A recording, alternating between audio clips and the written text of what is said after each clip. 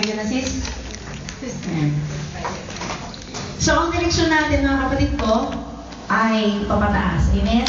We need to come up higher. We need to take the high road. Laging merong war between culture and Christianity. Lalo na sa panahon natin ngayon. Culture and Christianity. Bakit? Nahihirapan tayong mamuhay bilang mga totoong Kristiyano o tunay na Kristiyano dahil sa culture. Lalo na ang culture ngayon, di ba? Ang mga damit, ang mga nauuso. Alam niyo yun? Pero dapat tayong maging maingat. Sabihin mo sa katabi mo, dapat tayong mag-ingat. Bakit? We need to remember that we are in the world but not of the world. Nasa mundo tayo, pero hindi tayo para sa mundo. Sinabi rin ni Jesus yan.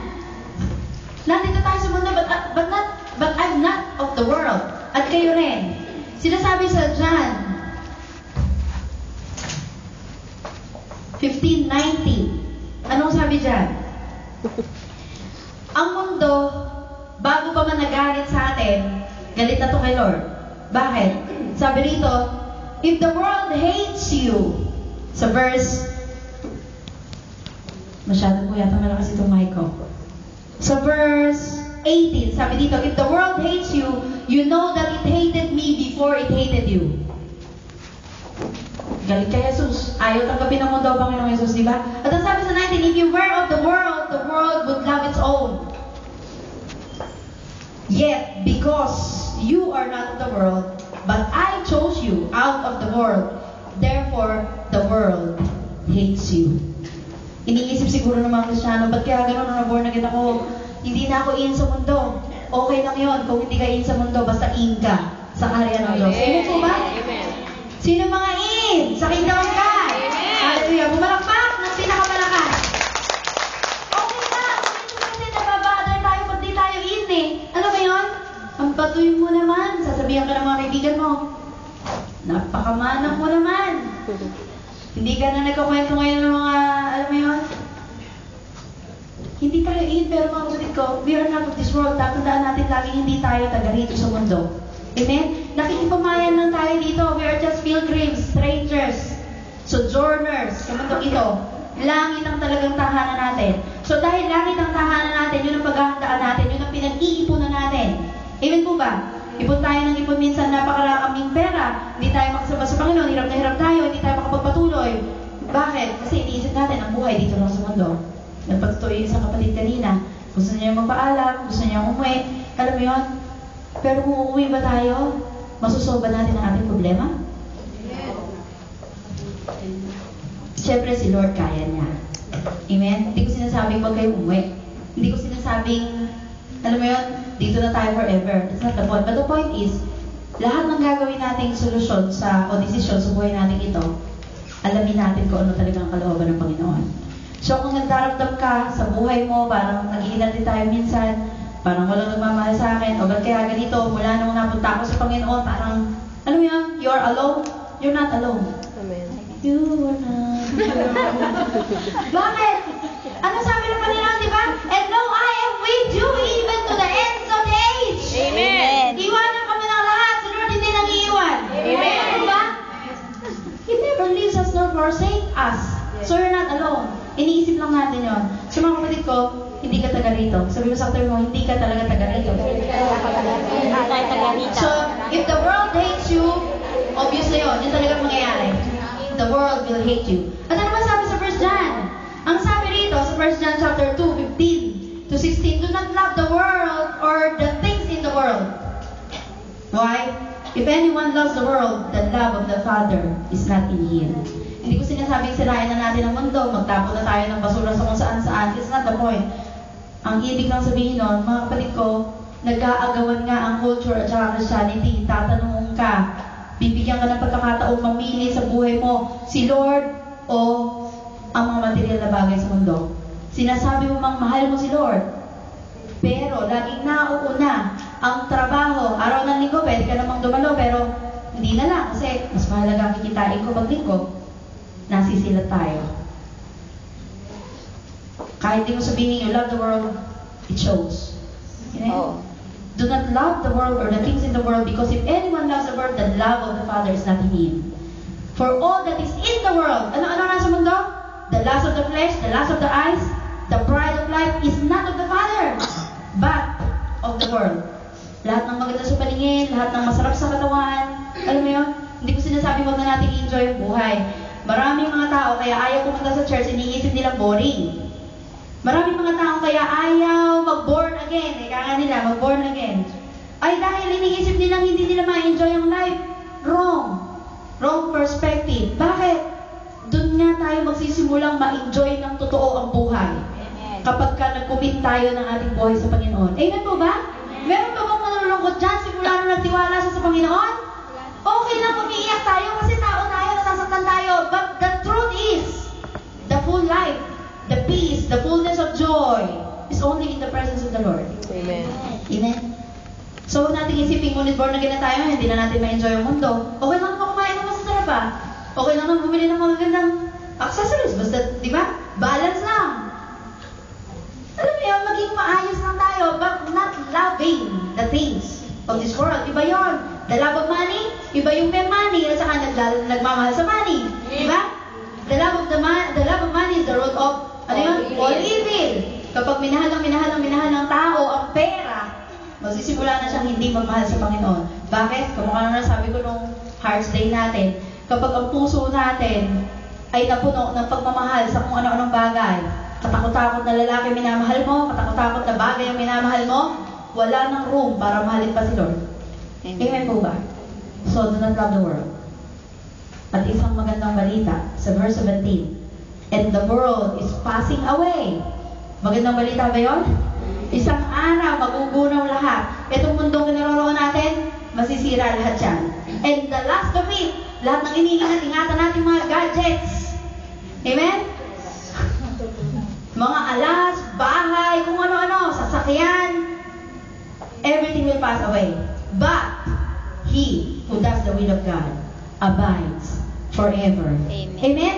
Lahat lang na nagtitiwala sa Panginoon, na sumusunod sa kalooban ng Panginoon, yun ang mananatili hanggang wakas. Pumalakpak nga lahat ng mga kasama doon. Hallelujah. Praise God. So, he who does the will of the Father abides forever. At isang paalala, verse 18, little children. Little children, yun ang sinabing term dito. It is the last hour.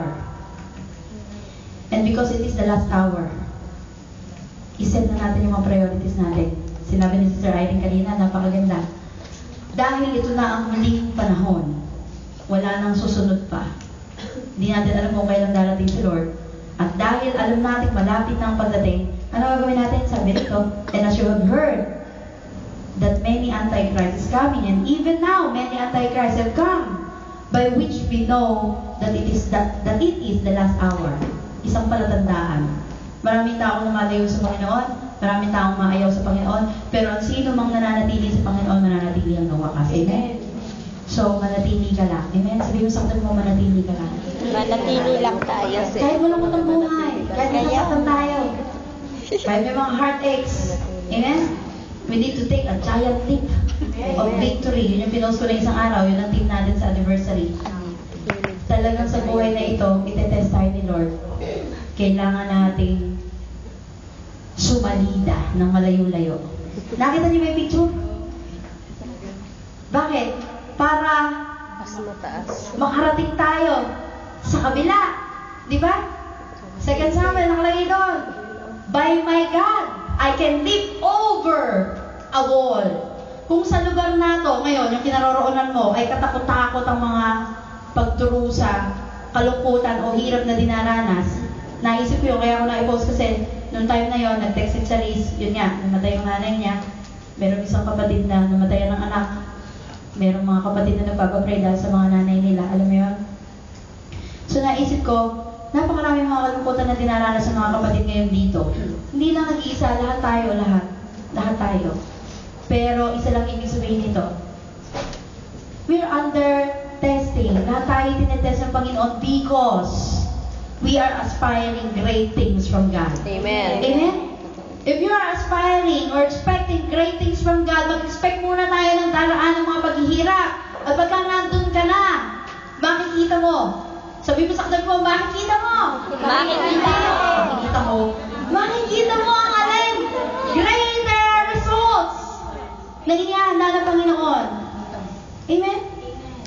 magtiwala lang tayo kay Lord. Dumaraan lang tayo ngayon sa mga heartaches, sa mga hard situations or difficulties. Pero, sa araw, darating ang tagumpay. So, we need to come up higher. We need to take the high road. Maraming tao dahil tinatamad na lang na magpatuloy sa buhay Kristyano, doon na lang sa road of least resistance. Okay na akong ganito. Hindi ko makaya paglabanan ng lamang ko. Dito na lang ako sa laman. Pero lagi mo sinasabi sa isang kapatid, sino lugi? Tanungin mo katabi mo, sino lugi? Ako. Ikaw. So we need to live God's way. And in living God's way, we need to have standards. Ganyan talaga. Kapag hindi tayo naglagay ng standards sa buhay natin, idadrag lang tayo ng mga taong nasa paligid natin. Idadrag saan? Papunta sa kung anong gusto nilang mangyari. We need to have standards. And we need to have lines or we need to set our priorities.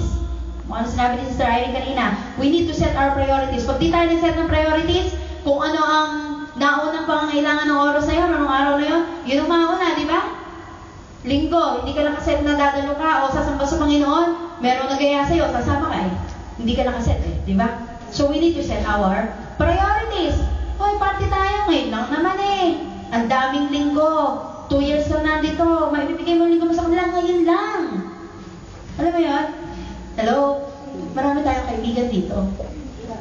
Pero we need to set our priorities. Mga kapatid ko. Huwag natin kakalimutan na higit sa lahat ang maghihintay sa atin sa date na ito kay si Lord. Amen? Siyempre, hinihintay ka namin, pero higit sa lahat, it is the Lord. Huwag natin kakalimutan. Kapag nakita kasi natin the reason behind, the motive why we are doing it, tatama tayo ng desisyon kasi lahat naman yan dahil sa Panginoon. You want to take for granted the presence of God? Nakakahiya sa Kanya, hindi ba? Ikaw nga, pag hindi ka sinisipot ng kadate mo, ano pakiramdam mo? Kung ano pakiramdam mo, maunawaan mo pakiramdam ng Panginoon. So we need to have lines or boundaries. Ano yun? Merong right things. Naalala ko tinuro sa amin ni Pastor, di ko na maalala isa. 5 rights.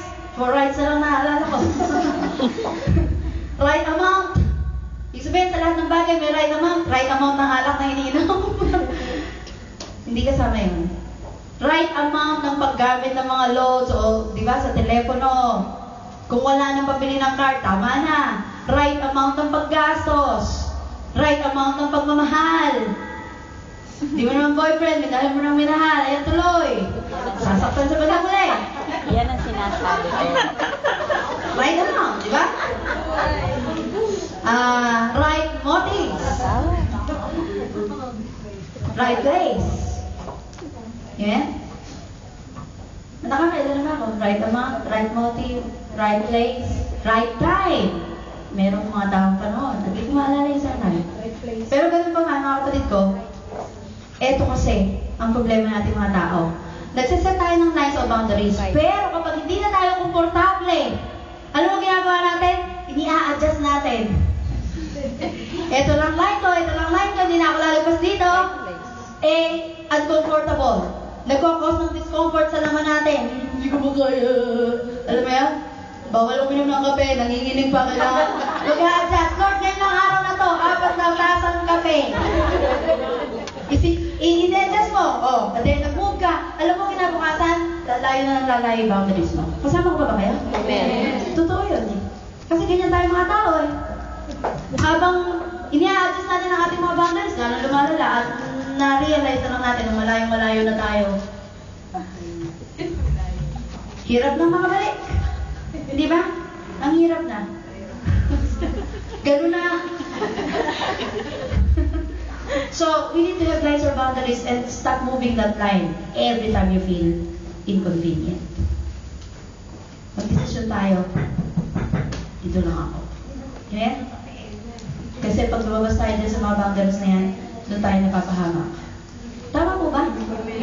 Kung minsan lagi tayo pinapaalala, tigas ng ulo natin. So mga kapatid ko, kung meron ng panahon na dapat tayong manampalataya at maniwala sa dapat nating panampalatayanan, ito na ngayon yun. Bakit? Dumarami mga deceptions, di ba? At ang pinakamahirap sa mga deception o mga pandaraya, lalo na sa reliyon, ang daming lumalabas sa mga religions, ideas, mga tao, sinasamba na, si Marcos, di ba? Rizal. Sino ba ba? Michael Jackson. Susunod, may magtatayo na ng ni Whitney Houston. Oh. Alam mo yun? So, ang isang taong nadadaya, hindi naman niya alam na nadadaya siya eh. Bakit? Pinanampalatayanan niya yun eh. Tama po ba? Pinanampalatayanan niya. Kaya mga kapatid ko, nandito ka na sa katotohanan ngayon, huwag ka nang aalis. Sabi mo sa katabi mo, huwag ka nang aalis. Yung iba, hanap ng kung ano-ano. Hindi alam kung ano ba nakampalatayanan. Meron na nga siyang Biblia. Nakakabasa na nga siya ng Biblia. Ay, hindi ko pa alam kung ano ba nakampalatayanan ko. Ayan na nga eh. Amen? So what are we supposed to believe? Ang dami mga ideas. Kaya, kung minsan nalulungkot tayo, may mga mahal tayo sa buhay na napunta sa mga kultong relihiyon, sasabihin natin, share natin na umalis sila doon, o mali yan. Alam mo, hindi maniniwala sa'yo. Bakit? They believe that it's the truth. Amen? So, ano gagawin natin ngayon? It is time for us to pray. Pray, that God shows the way and the truth to these people. Higit sa lahat sa mga mahal natin sa buhay. Kung meron tayong mga mahal sa buhay na alam natin nasa deception, ang dami pinaniniwala ang hindi tama, wala sa Biblia, pray for them. Tulad ng sinasabi sa 1 Peter 4:7, the end of all things is at hand. Malapit nang magwakas ang lahat ng bagay. So, ano gawin natin ngayon? Therefore, be serious and watchful in your prayers. Be serious!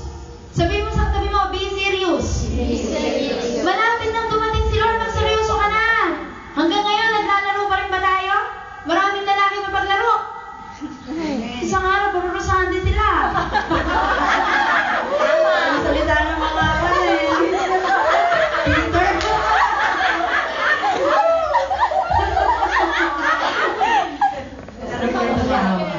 So, be watchful in your prayers and be serious. Lahat ng mga mapaglaro, magbabayad sila. So, kapatid ko, higit sa lahat, ang dapat natin kung seryosohan. Ay, ang relationship natin sa Panginoon. Amen? Mga kapatid kong may asawang mga hindi serious, o nagloloko mga kapatid. Kung sila man ay ganon, ikaw, sinasabi ni Lord sa Biblia, sinabi ni Paul, di ba? 1 Corinthians, you, Christian wives, hindi mo alam, baka dahil sa iyong pamumuhay, ay makakilala ang asawa mo hindi seryoso, di ba? At biglang magseryoso. Amen? So, bilin sa atin to, be serious. Sabihin mo ulit sa katabi mo, be serious. Huwag na tayong patumpik-tumpik sa paglilingkod kay Lord, papetek-petek. Di ba? Pakending-kending sa daan. Eka nga niliwan, ano na yan? Yun nga, pakending-kending sa daan. Nakakalimutan niyang Kristyano siya. So, be watchful in our prayers. At anong lagi natin papanalangin mga mahal natin sa buhay? Makita nila katotohanan, malaman nila katotohanan. Paano nilang malalaman ang katotohanan kung walang nagpapahayag nila ng katotohanan? Sino po magpapahayag ng katotohanan? Sino ba malapit sa kanila? Hindi ba ikaw? Titingin-tingin ka ba? Ako? Oo nga. So, dahil malapit na dumating si Lord, be serious and be watchful in our prayers. Magseryoso na tayo. Sabi ng Panginoon sa John 14:6, ako ng bahagi, yun ang gusto kong pag-usapan natin ngayon. I am the way, the truth, and the life. Alam na natin matagal yan, di ba? Pero, gano'n natin ito pinananampalatayanan. He is the way. Siyang daan.